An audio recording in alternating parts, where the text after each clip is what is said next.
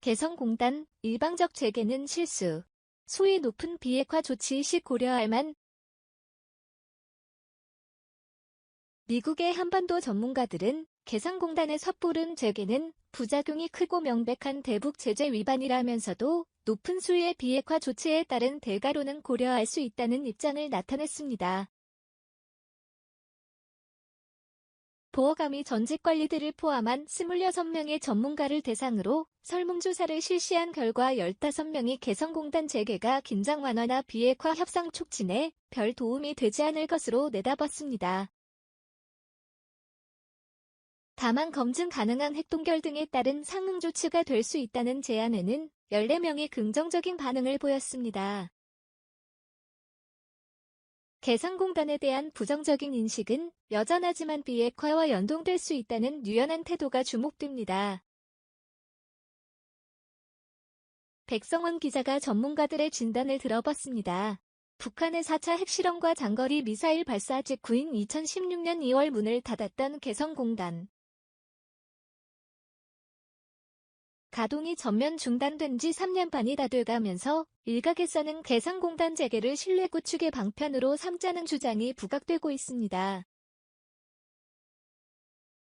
특히 최근 마이클 모렐 전 미 중앙정보국 CIA 국장 대행이 북한의 핵동결을 이끌어내기 위해 개성공단 재가동 카드를 활용할 수 있을 것이라는 제안을 하면서 비핵화 유인책으로도 주목받고 있습니다. 하지만 미 전직 관리를 포함한 한반도 전문가들은 개성공단 재개를 통해 관계 개선과 한반도 비핵화를 진전시키는 선순환을 만들자는 논리에 여전히 회의적입니다. 보허의 설문조사에 응한 26명의 전문가들 가운데 15명이 개성공단을 재개해도 한반도 긴장 완화와 비핵화 대화를 촉진하는 데 아무 도움이 되지 않을 것이라고 내다봤습니다. 도움이 될 것이라고 답한 전문가는 4명에 그쳐 대조를 이뤘습니다. 에반스 리비어 전 국무부 동아시아 태평양 담당 수석 부차관보는 개성공단을 북한에 현금을 직접 쏟아붓는 창구로 규정하고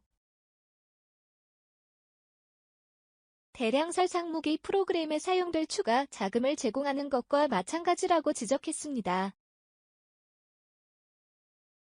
데이비드 맥스웰 민주주의 수호재단 선임연구원은 개성공단 재개로 한반도 긴장이 완화되거나 비핵화가 촉진된다는 논리에 동의하지 않는다며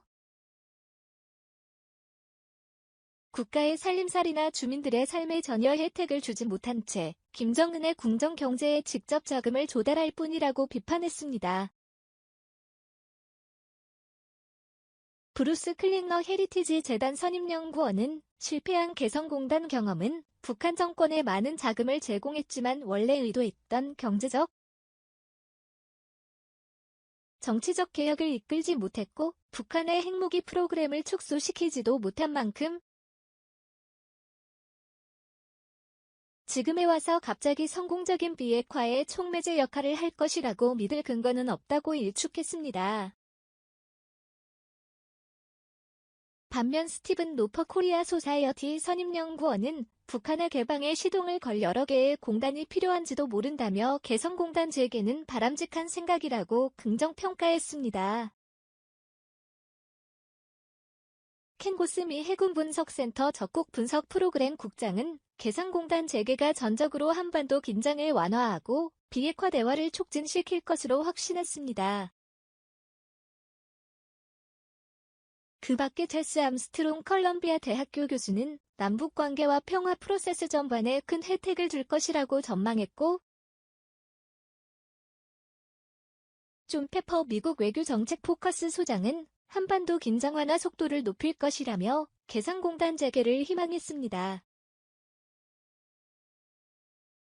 전문가들은 개성공단 재개를 북한의 핵동결에 대한 보상으로 고려할 수 있느냐는 질문에는 보다 유연한 태도를 보였습니다. 동결에 대한 대가로 제공해서는 안 된다는 응답이 11명, 그렇게 할 수 있다는 답변이 14명으로 집계됐습니다. 수전 손튼 전 국무부 동아시아 태평양 담당 차관보 대행은 미국은 북한의 동결에 대해 제재의 지렛대를 포기해선 안 되다면서도 동결은 상황을 진행시키는 것이고 개선이라고 할 수 있는 만큼 무엇인가를 줄 수 있다고 밝혔습니다. 그러면서 개성공단 재개가 무엇인가에 해당될 수 있다고 덧붙였습니다. 게리 세이모어 전 백악관 대량살상무기 조정관 역시 북한이 전략무기 프로그램을 동결하면 개성공단 재개가 대가로 주어질 수 있다는 데 동의했습니다. 흥미로운 건 앞서 개성공단 재개가 긴장 완화나 비핵화 대화 촉진에 도움이 되지 않을 것이라고 밝힌 15명 중에서도 5명은 공단 재개를 동결에 대한 상응 조치로 수용할 수 있다는 반응을 보인 점입니다. 개성공단 재개의 폐해를 주장하면서도 일부는 이를 비핵화 협상과 연동하는데 거부감이 덜한 것으로 나타났습니다. 스콧 스나이더 외교협회 선임연구원은 개성공단이 효과적 촉매제가 되진 않겠지만 보상으로는 가능할 것이라고 말했습니다.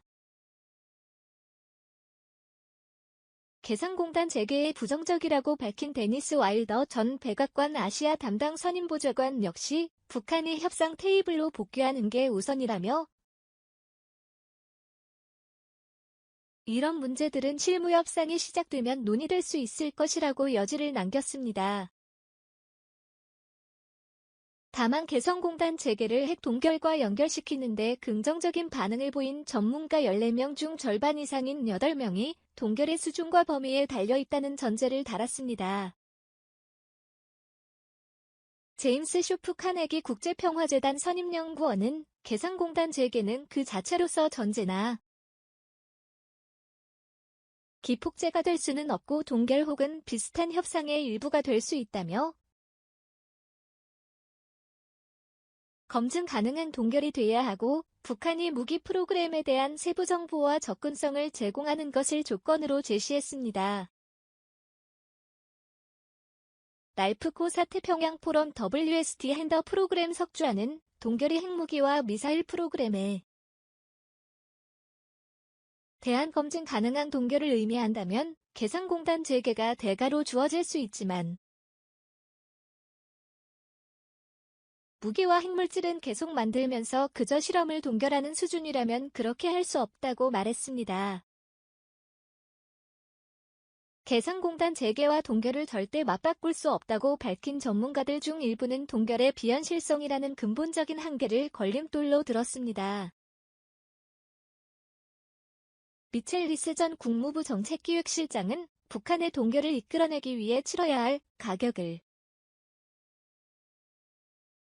고민하기 전에 미국이 과연 동결 이행을 감시할 역량을 갖췄는지 여부를 질문해야 한다고 지적했습니다.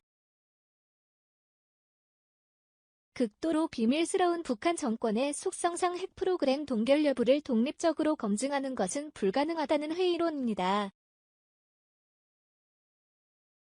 조너선 폴락 브루킹스 연구소 선임연구원은 동결은 전면적 공개와 검증이 따르지 않는 한 위험으로 가득 찬 핵노라며 제네바 합의 이후 목격했듯이 동결할 수 있는 것은 해동 또한 가능하다고 우려했습니다. 불완전한 동결을 뛰어넘는 조치를 주문하는 목소리도 나왔습니다. 마이클 오헬론 브루킹스 연구소 선임연구원은 즉각적이고 완전한 비핵화에 다소 못 미치는 수준은 돼야 개성공단 재개와 맞바꿀 가치가 있다고 주장했습니다. 레리 닉시 한미연구소 선임연구원은 개성공단 재개는 북한의 핵 프로그램을 축소하는 대가로 고려해 볼 수 있다고 설명했습니다. 그러면서 북한이 비밀 우라늄 농축 시설을 공개하고 완전한 조사를 허용하며 해당 시설을 폐기하겠다고 합의하는 것을 한 예로 제시했습니다.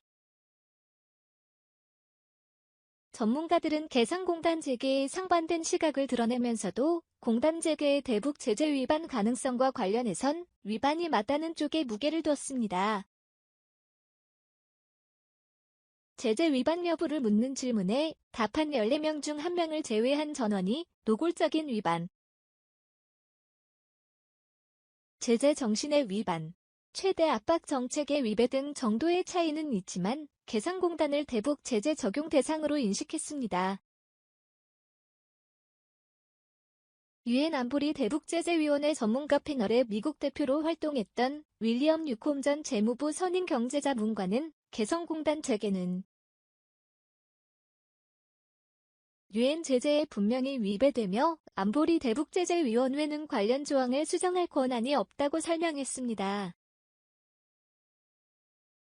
미 하원 외교위원회 법률 자문을 맡았던 제재 전문가 조슈아 스탠튼 변호사는 개성공단을 한국의 악덕업자들이 운영하는 21세기판 대농장으로 표현하면서 대북 제재에